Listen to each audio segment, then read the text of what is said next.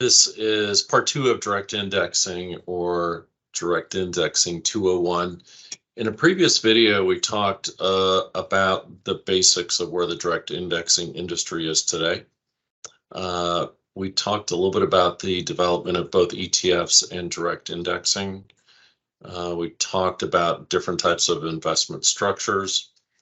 And I just wanted to kind of summarize a couple of those things. One is, when I really think back to this Dow Jones Industrial Average, which was the key index back in the 70s and 80s and 90s, then there was the subset active, semi-active index that was created called the Dogs of the Dow, which was designed to improve performance compared to the Dow Jones Industrial Average.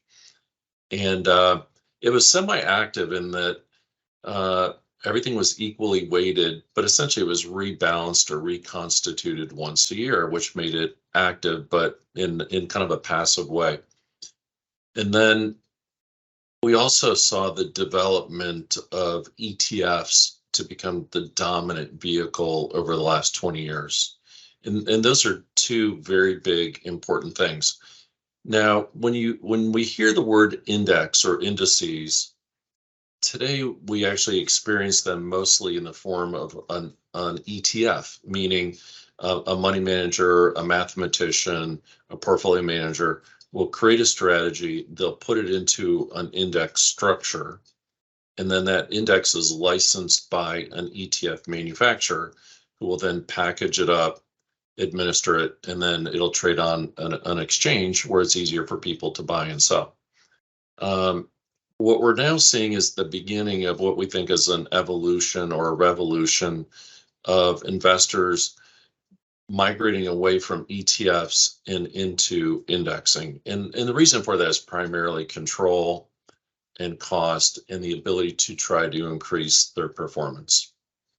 So today I wanted to talk for just a minute about what we think are some of the exciting benefits and features of the future of direct indexing. Keep in mind, on the previous episode, we discussed that the current benefits are driven largely around tax loss harvesting, ESG, environmental, social, and governance, and customization, which is all fine, and that's where the industry is today. But we think going forward, there's a couple of things that are coming into play. One is cost saving. So if you can break apart an ETF or an index, you then have access to the direct underlying securities, and you can access them much less expensively in most cases than you can a mutual fund, an ETF, or a separately managed account. The second thing is, once you break apart an index to its actual constituents, you can then manage those constituents better or differently. An example of that would be if you wanted to write covered calls against stocks within your direct index, you can do that and enhance your income. We're going to call that a yield enhancement benefit. The other thing that's really interesting and plays into the future of direct indexing is it's not just going to be the S&P 500 or the Dow Jones Industrial Average in the future, but we're going to see a wide swath of indexes come to play for financial advisors to use and create portfolios with. And just to put that in perspective, there's currently 3,000 ETFs in the United States, all of which list their publicly available information of what their holdings and weightings are every day. The second thing is there's 10,000 mutual funds, and there's another 10,000 separately managed accounts. So what we're going to see is that universe is going to come back into, can these strategies be indexed? The other thing which most people don't realize is there's currently over 50,000 indexes that have been built and are being tracked, the vast majority of which have not ever been used or will ever be used, but think of it as more of like an incubation. So of those 50,000, you'll now start to see universes created where people can go in and look them over and access them, download them into a tool so they can use them throughout their clientele. A couple of the other big things that we're seeing is, and I refer to this as active indexing, but we're starting to see systematic, quantitative, fundamental factors, tilts come into the creation of an index. And unlike it being a static index, which is put in place one time and then left alone, you're seeing the recalculation of those desired weightings.